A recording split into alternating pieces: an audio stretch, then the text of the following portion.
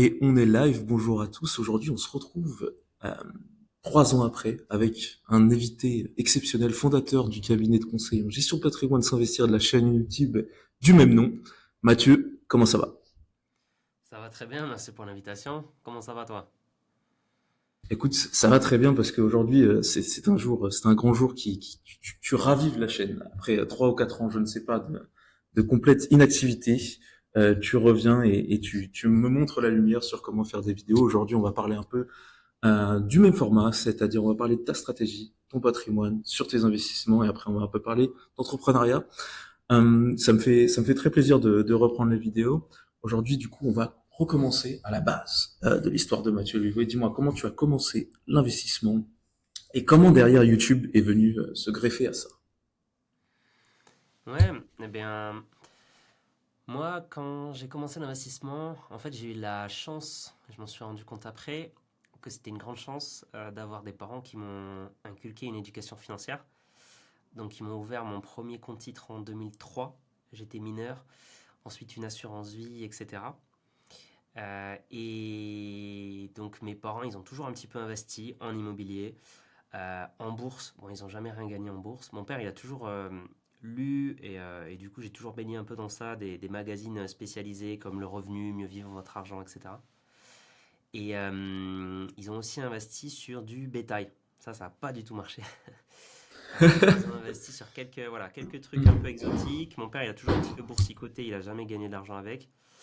Et moi, quand j'ai commencé à gagner mes premiers revenus, donc j'étais ingénieur en intelligence artificielle, dans une boîte du CAC 40. Donc je commençais très bien ma vie ingénieur, voilà. C'est quand on compare au salaire médian typiquement, mais j'étais plutôt aisé quoi.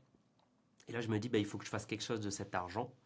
Il faut vraiment que je l'investisse. Et c'est là où j'ai aussi repris moi tous mes investissements que j'avais depuis donc que j'étais petit et j'ai tout remis à plat. Et c'est là vraiment où bah, j'ai appris à bien investir. J'ai lu énormément de choses, d'études, etc. Bon, à ce moment-là, j'ai aussi cherché sur Internet et je suis tombé sur tout un tas de stratégies qui n'étaient pas du tout recommandables en fait.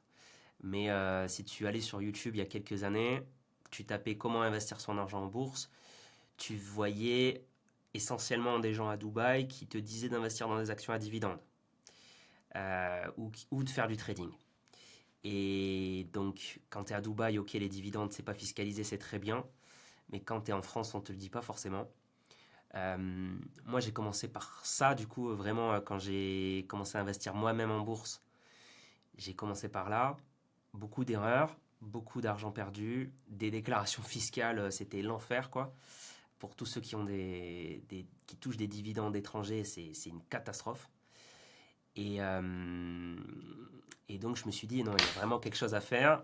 Ce qu'avaient fait mes parents, c'était placé en banque. Donc, en fait, c'était très chargé en frais. J'avais presque rien gagné depuis que j'étais petit avec cet argent. Donc, en fait, il y avait un énorme manque à gagner. C'était catastrophique également.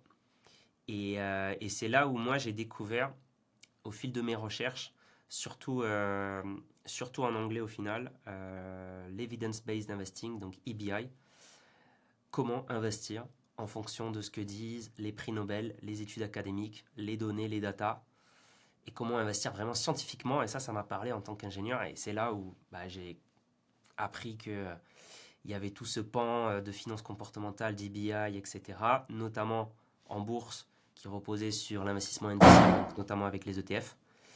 Et c'est là où moi, ça m'a passionné, et où vraiment j'ai tout changé au niveau de ma stratégie d'investissement. Sachant que du coup, au début, tu suivais les stratégies d'investissement que tu voyais sur YouTube à la base, c'est-à-dire que moi, je me rappelle à l'époque, c'était vraiment de ma vision, c'était vraiment du trading, tu vois. C'était en weekly, voici la chart, ça va monter, ça va descendre, peut-être ça va monter, peut-être ça va rester normal. Bref, c'était comme ça que je voyais les vidéos de trading à l'époque, et donc moi j'étais assez loin de ça. Et donc tu suivais cette stratégie de trading ou de dividende? Non, dividende. C'était ok. Dividende, j'ai vite compris que le trading c'était une arnaque globalement, que c'était du bullshit. Et que s'il y a peut-être une petite partie qui gagne, il y a une très grande majorité qui perdent. autant les actions à dividendes, en fait, tu vas peut-être sous-performer le marché, mais sur le long terme, en fait, tu investis quand même en bourse, il y a moyen de gagner de l'argent. Autant le trading, en fait, c'est du loto. Et oui, il y en a qui peuvent te raconter des superbes histoires, comme certains vont gagner de l'argent le soir au casino sur la roulette. Mais c'était exactement la même chose. Et donc ça, j'ai vite compris que c'était vraiment pas le chemin dans lequel il fallait aller. Ouais. Et donc tu découvres les ETF. Moi, je me rappelle quand j'ai découvert les ETF à l'époque, c'était vraiment, j'ai l'impression que c'était le grand scam. C'est-à-dire que je me suis dit, ben, pourquoi tout le monde fait pas ça, en fait?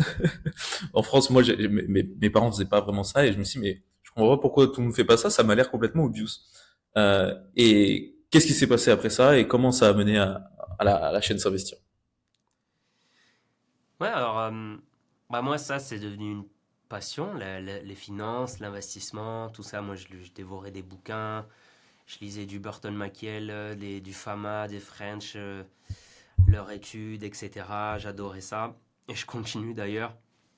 Mes livres de chevet, c'est essentiellement de la finance euh, et de l'histoire et de la psychologie. Au final, j'adore aussi la finance comportementale et les liens avec la psychologie, mais bref. Euh, En fait, juste avant de créer moi ma chaîne YouTube sur l'investissement, donc s'investir, précédemment, j'avais créé déjà une chaîne YouTube sur une autre passion que j'avais, qui était la musique. Donc la musique assistée par ordinateur, je faisais un petit peu de beatmaking, etc. Ouais. Et donc je partageais déjà ça. Et puis ensuite, je me suis dit, bah, pourquoi pas partager mon autre passion qui était l'investissement et expliquer aux gens comment j'investis. Et donc moi, je pensais vraiment que j'allais être ingénieur pendant 43 ans, 45 ou 46 en fonction de l'agenda politique. Et je lance cette chaîne juste pour partager voilà, mes petits conseils et comment je faisais les choses, mais sans jamais réfléchir à un business plan ou quelle société je vais créer avec ça. Enfin, moi, j'étais pas du tout un entrepreneur à la base. Et, et sauf que je lance ça fin 2019. En 2020, alors déjà, en 2019, la FDJ rentre en bourse. Donc là, il y a beaucoup de particuliers qui s'intéressent à la bourse. Ok. En 2020, le Covid, confinement, les gens épargnent et cherchent sur Internet bah, que faire de cette épargne, comment investir. Et fin 2020, moi j'avais 10 000 abonnés. Et 10 000 abonnés, ça me paraissait énorme. Franchement, moi j'étais bluffé. En plus, tu vois, j'ai un profil à la base plutôt timide, introverti. Mhm. Et en faisant des vidéos juste chez moi, j'arrivais à toucher un grand nombre de personnes, chose que j'aurais jamais réussi s'il fallait faire la même chose, mais devant un amphithéâtre. Et donc je me dis, c'est génial, c'est le cheat code, bah, il faut continuer, quoi. Et puis fin 2020, donc je me dis, bah, il y a tellement de gens, on commence aussi à me demander, bah, Mathieu, j'aimerais prendre une consultation avec toi, j'ai des questions à te poser pour mes finances, etc. Et donc, au début, tu vois, tu peux gérer une, deux, trois, quatre, 10 personnes, mais quand il y en a beaucoup, après, tu te dis, bah, il faut faire autre chose. Et là, je me dis, bah, pourquoi j'arrêterais pas mon taf d'ingénieur et je me laisse 6 mois et je vois ce que ça donne côté s'investir, côté chaîne YouTube. Je lance une formation. Donc, le programme LBD aujourd'hui qui a bien grandi et qui est devenu un programme complet pour apprendre à bien gérer son argent, investir et gérer son patrimoine avec des masterclass, etc. Au début, c'est une petite formation, entre guillemets. Ça commence à bien marcher. Je commence finalement à vivre en fait de cette activité. Je suis encore en micro-entreprise. Ça continue. J'étais en fait, avec le recul, je me rends compte que j'étais un des premiers à parler des ETF sur YouTube et à être défenseur des ETF. Donc il y avait beaucoup de gens qui en parlaient mais en mal, qui les attaquaient, qui disaient que c'était un scam, que c'était de la merde, que ça ne servait à rien, qu'on avait que la moyenne du marché et que c'était nul, qu'on pouvait faire beaucoup mieux. Et donc, alors il y avait déjà des articles, etc. Mais sur YouTube, on n'entendait pas ce qu'on entend aujourd'hui. Et je suis assez fier et je suis assez content en tout cas qu'en France, maintenant, le message soit passé. C'est-à-dire que bah, les ETF sont la manière la plus performante pour un particulier d'investir en bourse. On entend encore trop souvent aujourd'hui que c'est la manière la plus simple. Certes, c'est la plus simple, mais moi j'y vais à la base pour la performance. J'y vais pas pour la simplicité parce que s'il y avait plus complexe, j'aurais approfondi le sujet pour aller chercher le plus performant, pas forcément le plus simple. Et donc aujourd'hui, comme le message il s'est largement diffusé et comme la plupart des gens maintenant comprennent que bah, les actions à dividendes c'est du bullshit, que les dividendes c'est pas un revenu, que le trading c'est du bullshit, qu'il y a 41 000 stratégies qui servent vraiment à rien et que c'est du baratin, etc. Et qu'en fait les ETF, même les professionnels n'arrivent pas à faire mieux. Le message est bien passé et ça aussi ça a porté ma chaîne. Mais encore une fois, rien n'était prémédité. Je n'ai pas analysé euh, au début, en amont, il y a une opportunité pour créer une activité, une société ou autre. C'était pas prémédité, mais ça a bien fonctionné comme ça. Et c'était juste, je partageais ma passion, donc la formation a bien grandi, etc. J'ai commencé à dépasser les plafonds de la micro-entreprise. J'ai monté une société. J'ai délégué de plus en plus des monteurs au début, puis des rédacteurs d'articles, etc. Et aujourd'hui, on est à peu près 50 personnes chez S'Investir. Et aussi, il y a un an et demi, j'ai créé, avec deux associés, le cabinet S'Investir Conseil de conseil en gestion de patrimoine. Et là, on est à peu près... donc 50, c'est en tout, dont 16 personnes sur le cabinet aujourd'hui, où on accompagne là des plus gros patrimoines sur l'optimisation de leur patrimoine, la transmission, on donne accès aux meilleurs placements, private equity, SCPI, bourse, assurance vie, PER, PEA, contrat luxembourgeois, etc. Donc voilà, donc franchement ça a bien grandi et je trouve que c'est une belle réussite en toute humilité. Donc, Non, bah, clairement, moi je me rappelle à l'époque, les plus gros youtubeurs, quand moi j'ai dû commencer, tu devais être parmi, je pense, les plus gros, mais tu vois, aujourd'hui je regarde les plus gros youtubeurs de finance en France, donc ça doit être toi, Finari, etc. Vous avez, toi t'as 270 000 abonnés, Finari ils ont 500 000 abonnés, par rapport à ce que c'était il y a 4 ou 5 ans, donc pré-Covid, c'est vraiment très très impressionnant. Moi, je pensais pas du tout que ça allait aller à ces niveaux-là, notamment parce qu'on partait de très très loin quand même en France sur l'éducation financière, sur la bourse, etc.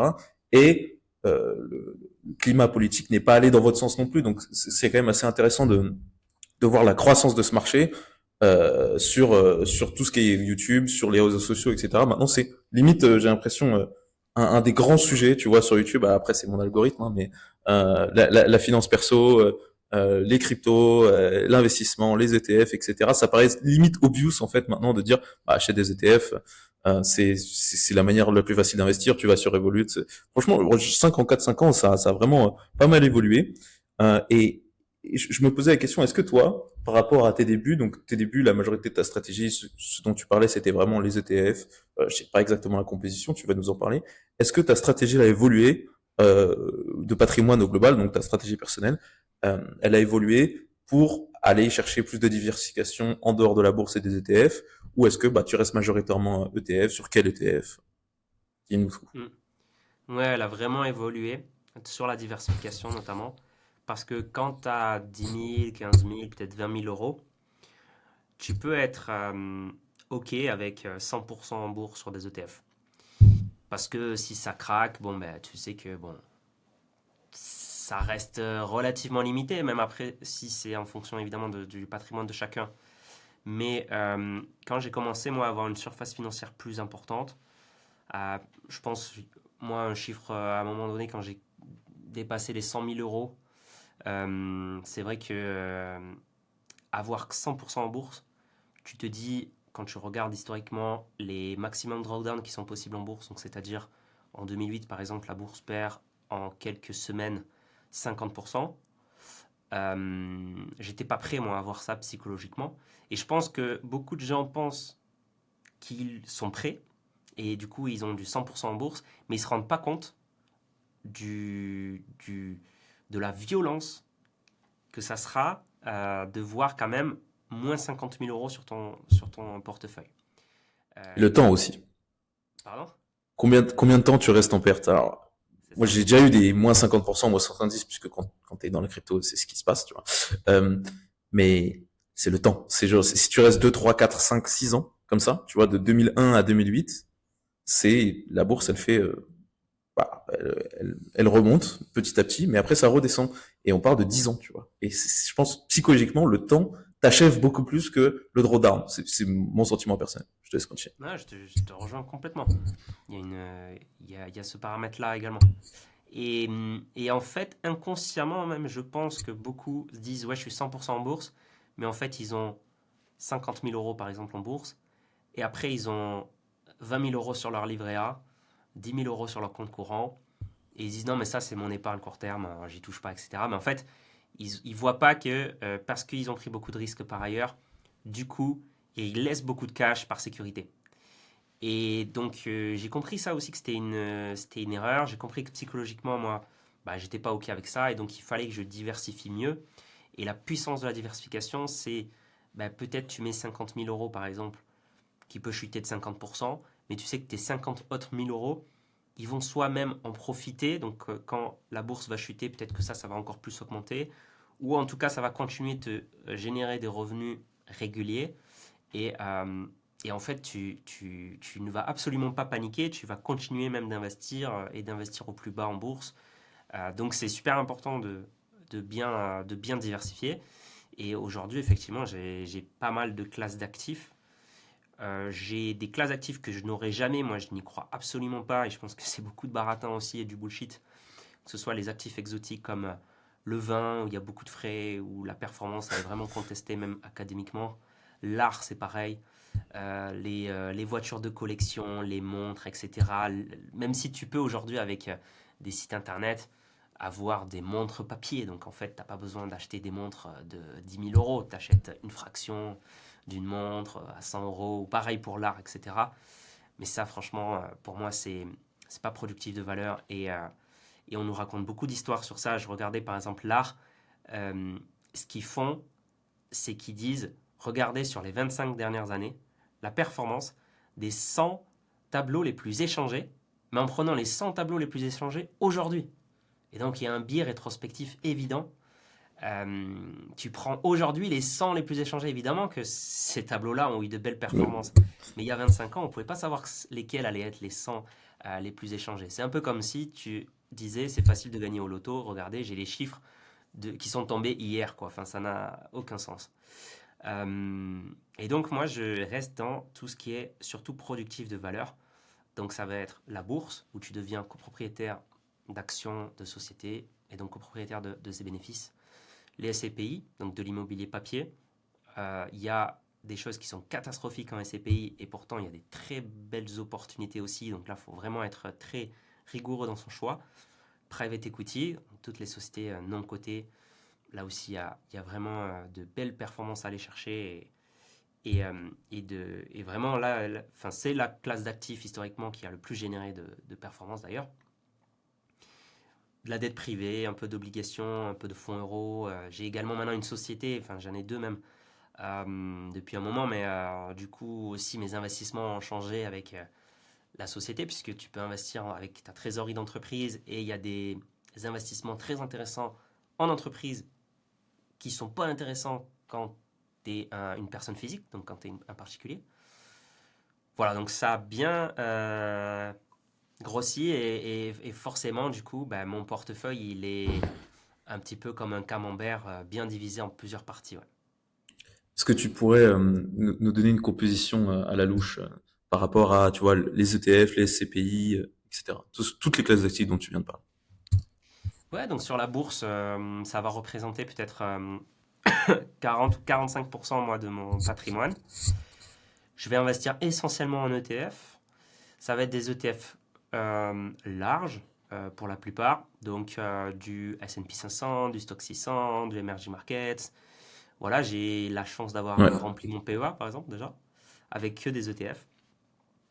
J'ai aussi des ETF Smart Beta, donc qui vont un peu plus loin sur des comptes titres. J'ai aussi des assurances vie dans lesquelles j'ai aussi des ETF. Je fais un petit peu aussi d'ETF Leverage. Donc effet x2, sur le long terme, il y a des études qui ont montré que c'était bénéfique. Et contrairement à ce qu'on entend sur Internet, le bêta slippage n'est, peut être une bonne chose si on s'y prend bien. Donc ça, c'est le côté bourse et j'ai un petit peu aussi de fonds de petite capitalisation. C'est des segments où il n'y a pas d'ETF. donc des micro-caps par exemple européennes. Donc c'est des petites sociétés tellement petites que ben, il n'y a pas d'ETF dessus. Et pourtant, il y a des opportunités à aller chercher. Et là, il y a des gérants de fonds qui arrivent à faire les choses vraiment très bien. Je pense à, par exemple, William Higgins avec son fonds, sa société de gestion Indépendance AM. Voilà un peu là pour la stratégie action, bourse. Ouais. Ensuite, j'ai une poche, je pense, autour de 20-25% de private equity. Donc là, le private equity, c'est les meilleurs fonds, malheureusement, sont accessibles à partir de 100 000 euros d'engagement. Ça veut dire 20 000 euros par an pendant 5 ans. Donc c'est vraiment pas accessible à tout le monde. Par contre, comme je le disais, c'est la classe d'actifs la plus performante historiquement. Là, on est sur des fonds qui, pour certains, visent du 13, 14, 15, parfois 18% par an de rentabilité annuelle. Donc c'est Net de frais? net de frais, voilà, tout ce qui est annoncé, c'est net de frais. Donc ça, c'est quand même exceptionnel.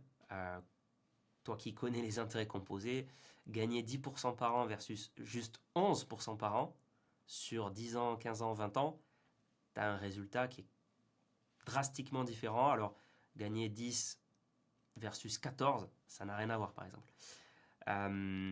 Donc, tu vas encore plus accélérer les choses. Donc, ça, c'est le private equity. C'est assez fou aussi. C'est une classe d'actifs qui génère du rendement au bout de 5-6 ans. Donc, en fait, tu peux ensuite te créer une rente grâce au private equity. Donc, c'est une classe d'actifs assez exceptionnelle. Et tu passes directement avec les fonds en direct ou tu utilises, j'ai vu que Trade Republic avait sorti quelque chose. Tu utilises Non, ce genre de service ou tu passes avec les fonds en direct? non, avec des. Alors, les fonds ne commercialisent pas directement avec des personnes physiques, avec des particuliers. Il faut passer par un conseiller en investissement financier. Donc, moi, je passe par Saint-Investir Conseil finalement, qui me commercialise les fonds. Ouais. Donc, chez Saint-Investir Conseil, on a cette casquette aussi là de distributeur et de créateur, d'optimisateur de portefeuille de private equity. Il y a des clients qui viennent vers nous, ils veulent faire que du private equity avec nous. Et on leur donne accès aux meilleurs fonds du marché.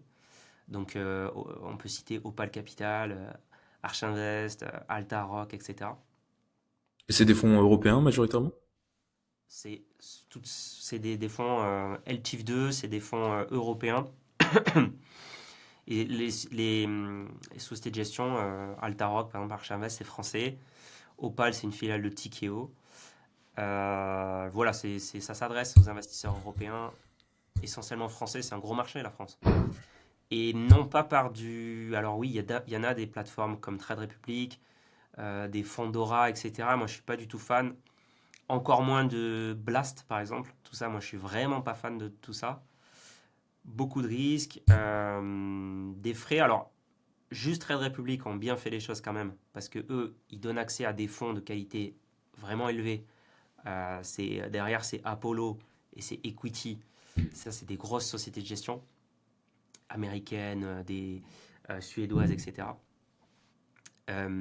Par contre, en fait, quand on dit private equity, les gens pensent que j'investis en startup. Oui, pas la même chose. Et voilà. Ça, c'est typiquement ce que va faire Blast.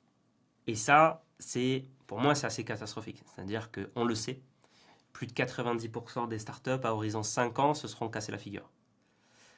Bon, Blast a beaucoup de frais aussi, donc il y a beaucoup de choses aussi qui ne vont pas avec Blast, mais moi, j'investis pas en private equity pour prendre ce genre de niveau de risque.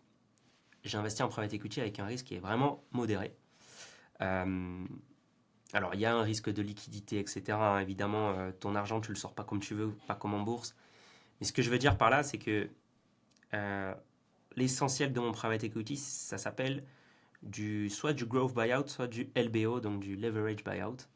En fait, c'est des sociétés qui sont déjà matures, qui sont en forte croissance souvent, surtout pour le growth buyout. Mais c'est des sociétés qui sont déjà rentables, qui vont très bien, et que le fonds va acheter, donc LBO avec un effet de levier, qui va restructurer et qui va recréer encore plus de valeur dessus. Et, euh, et donc, c'est pas du tout le même niveau de risque que des startups où on sait qu'à horizon 5 ans, 9 sur 10 dans ton portefeuille auront coulé.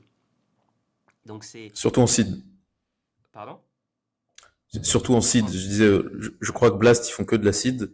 Ouais. Je pense que c'est plus que 9 sur 10. Au niveau de Ouais, la non. seed, ça doit être Ça doit être vraiment une hécatombe. L'acide, c'est la première levée de fonds. On parle d'un moment où tu n'as pas de produit quand même. Donc c'est vraiment normal que ce soit une hécatombe parce que pour l'instant on n'a rien fait. Donc on mise sur quelqu'un qui a rien fait. Euh, Exactement. le private equity dont tu parles, c'est des boîtes qui valent plusieurs dizaines de millions au minimum et plusieurs centaines de millions pour certaines acquisitions. Ouais, même parfois plus d'un milliard. Et en fait, ce sont des fonds institutionnels, enfin de qualité en tout cas institutionnelle, qui vont en plus investir dans plusieurs boîtes. Tu vois, donc t'investis pas dans juste une société, genre.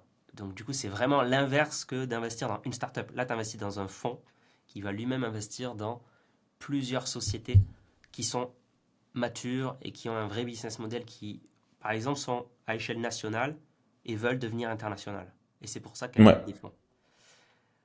Voilà, donc moi, j'investis chaque année dans différents millésimes de private equity pour diversifier mes entrées aussi en private equity, ne pas se mettre que, par exemple, en, je sais pas moi, le cycle de 2025 à 2035. Ça se trouve, ça sera un mauvais Mhm. cycle économique, ça on ne le sait pas en amont. Et donc j'investis sur plusieurs cycles comme ça en private equity.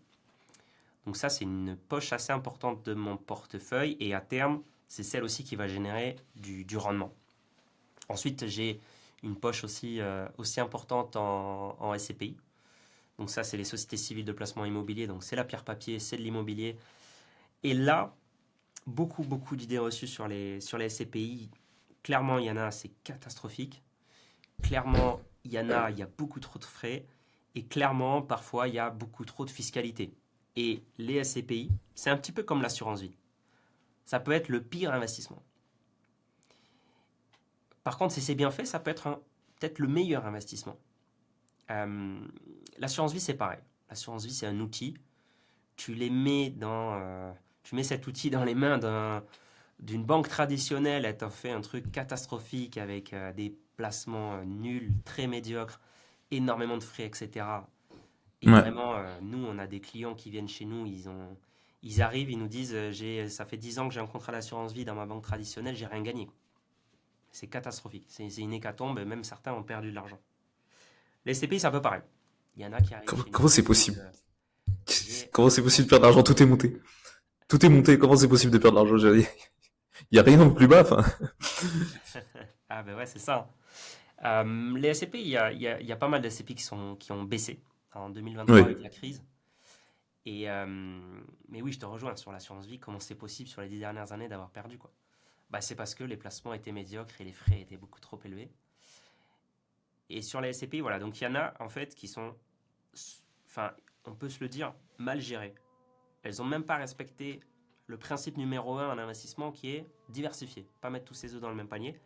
Et si vous analysez toutes les SCPI qui se sont cassées la figure, elles ont un patrimoine qui est hyper concentré, souvent à Paris et souvent dans des bureaux. Si ce n'est dans des bureaux à Paris uniquement. Et Mhm. celles-là, elles se sont fait atomiser malheureusement. Et elles ont donné ensuite une mauvaise image à toutes les SCPI.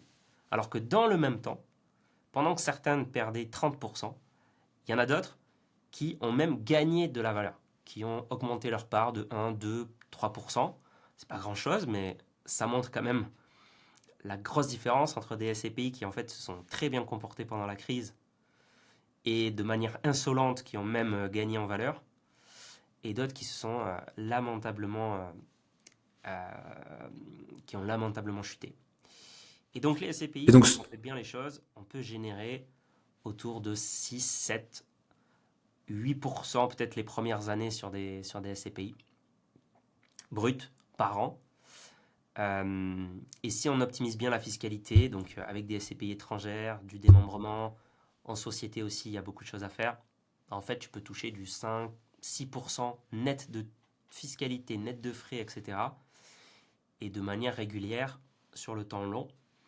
Et ça, cette performance-là, elle ne prend que les loyers en compte, sachant qu'il y a l'autre moteur de performance qui est le potentiel revalorisation du parc immobilier, qui te fait aussi ouais. gagner en moyenne autour de 1, 1,5% par an de performance. Donc en fait, c'est une super classe d'actifs, je trouve, parce elle est pas volatile comme la bourse, elle génère du rendement tous les mois, et en fait, Évidemment que c'est un petit peu moins performant que les 10% annuels qu'a généré la bourse historiquement, mais c'est un niveau de risque complètement différent. Et ça permet donc aussi de toucher des revenus tout de suite. Là où la bourse, c'est horizon 10 ans, on ne touche pas des revenus tout de suite avec la bourse. Euh, les dividendes, par exemple, ne sont pas des revenus. Bon, ça, c'est un autre sujet, mais donc on ne gagne pas de l'argent en bourse comme ça du jour au lendemain. Là où les SCPI, ben, en fait, tu mets ton argent au travail, tu as des biens immobiliers derrière qui génèrent des loyers. Il y a un délai de jouissance autour de 3 à 6 mois, mais au bout de 6 mois, ben, tu as vraiment du rendement. Donc ça, c'est une grosse partie aussi de mon portefeuille. Donc là, on est à 45% bourse. T'as dit une grosse partie sur le private equity, ce qui représenterait combien? 20-25, quoi. 20-25. Les SCPI, on est à? Sur les SCPI, on est à 20-25 aussi, hein. Donc ça nous reste assez peu finalement. Il nous reste 5% à placer et on n'a dit pas de montre. Donc Ouais, il doit rester peut-être 10%. Alors, on va dire que dans le, dans le private equity, on pourrait plutôt le renommer private asset pour prendre l'ensemble des actifs qui sont dits privés. Parce que dedans, j'investis aussi en dette privée. Donc pas uniquement de l'equity, donc pas uniquement des actions, mais aussi des obligations d'entreprise privées. Là aussi, classe d'actifs vraiment très intéressante. Moi, je vise autour de 7 à 8% net. Et pareil, on est à un niveau de risque vraiment très faible. Je ne vais pas ah rentrer dans les bon? détails, mais dette senior, LTV ultra faible, etc. Ok. Géré, diversifié très largement et très bien géré par des fonds de grande qualité comme Morgan Stanley ou Blackstone. Vraiment, il y a des superbes opportunités sur Mhm. ça. Et je fais un tout petit peu d'infrastructure, d'investissement donc dans des, euh, dans des panneaux solaires, dans des bornes de recharge, etc. Là, c'est un petit peu plus diversification dans cette poche de private, ça représente beaucoup moins. Et donc après, les 5 ou 10% qui restent, je vais avoir un petit peu d'obligations, donc de stratégie obligataire, un peu de fonds datés. Dans cette stratégie obligataire, un peu de fonds datés et un peu d'ETF obligataire. Je vais avoir un petit peu de crypto, essentiellement du Bitcoin, et après des ETF top 10 crypto. Et je vais avoir aussi, en société, je vais avoir aussi des placements de trésorerie. Euh, bon, je sais pas si ça parle à tout le monde, mais du cash and carry et quelques placements monétaires. Voilà. Et ça, vraiment, ça, c'est mon patrimoine, ouais, mon patrimoine investi. J'ai enlevé aussi, j'ai quelques liquidités sur des fonds euros. Et je viens d'acheter aussi ma résidence principale. Donc ça aussi, ça rentre. Mais il y a un prêt À associé crédit. à crédit, Ouais. voilà, il y a un prêt associé. Voilà, voilà un peu le patrimoine. Écoute, super intéressant. Euh, quand j'étais plus actif sur YouTube, etc., je parlais assez souvent avec les abonnés. Et ce qui revenait souvent, c'était que souvent les gens qui regardaient mes vidéos, je sais pas les tiennes, mais en tout cas mes vidéos, c'était particulièrement des gens qui étaient passionnés par les cryptos, la bourse, les investissements, etc., et qui avaient quand même pas vraiment envie de devenir riche sur le temps long, ce qui est quand même un problème quand tu fais de l'investissement, puisque c'est un peu comme ça que tu deviens riche, quoi. Mais plutôt sur le temps court. Bon, en fait, finalement, un peu moi aussi, mais bon, de par la manière dont tu dois investir, il vaut mieux. C'est pas en investissant que tu deviens riche. Et un des trucs sur lesquels moi je me suis concentré pendant que j'ai arrêté YouTube, c'était vraiment créer des actifs autour d'une entreprise, valoriser cette entreprise, et en fait, je me suis concentré sur mon revenu actif. Je pense que là, tu as un peu décrit ton investissement liquide net. Probablement, si on valorise la boîte, s'investir, tous les actifs de la boîte, c'est ce qui représente la majorité de ton patrimoine et ce serait complètement normal. On va dire que tu fais un x5 sur l'EBITDA et ça peut à peu près représenter ce que peut valoir la boîte.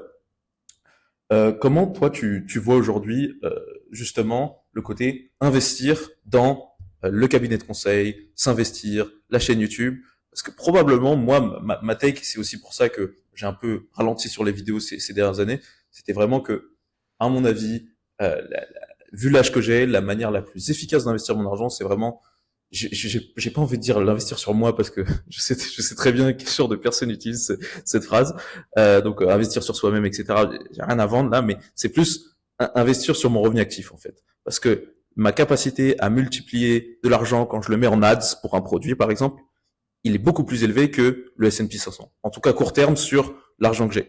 Si j'ai 15 millions, là, je sais pas trop comment faire x4 sur des ads sur 15 millions. Mais voilà.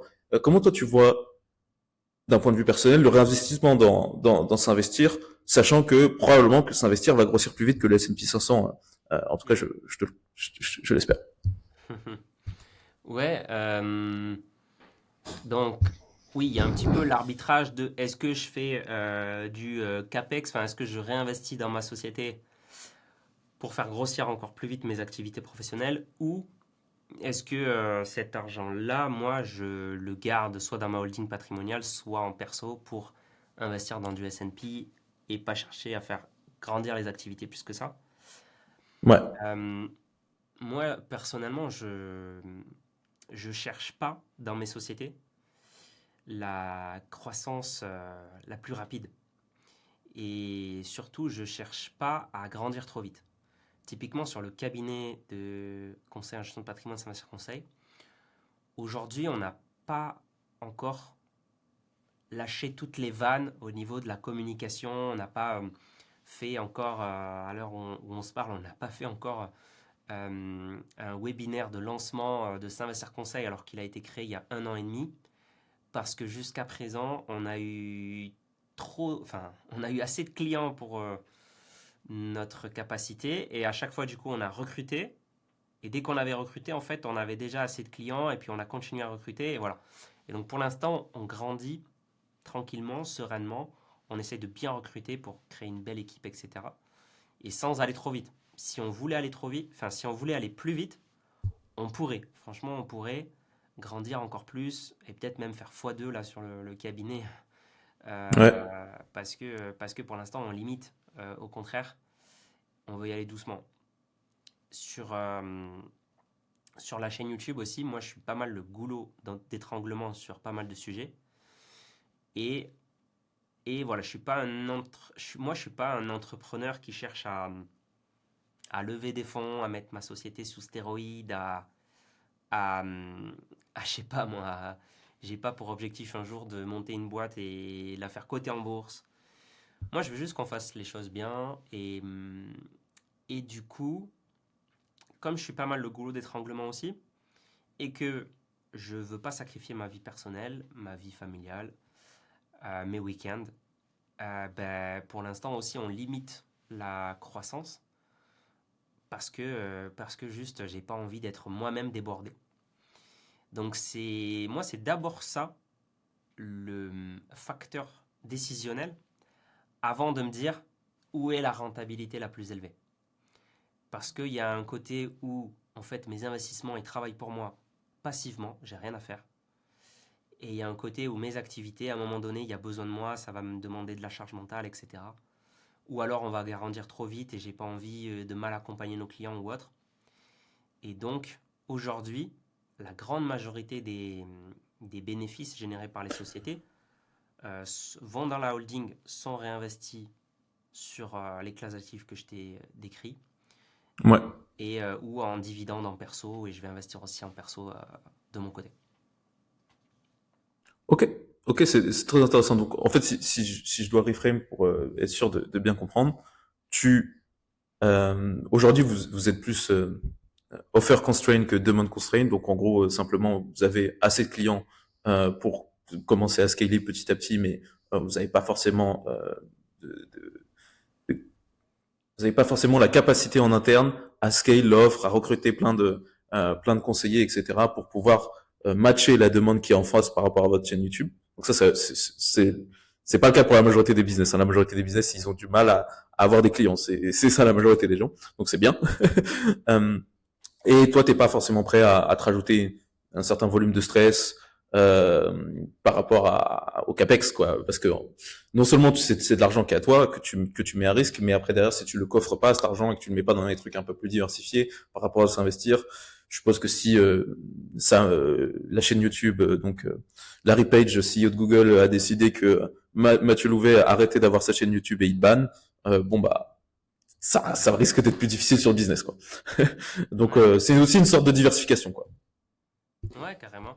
Et c'est une sorte de diversification, une sorte de préservation de ma charge mentale, de mon temps.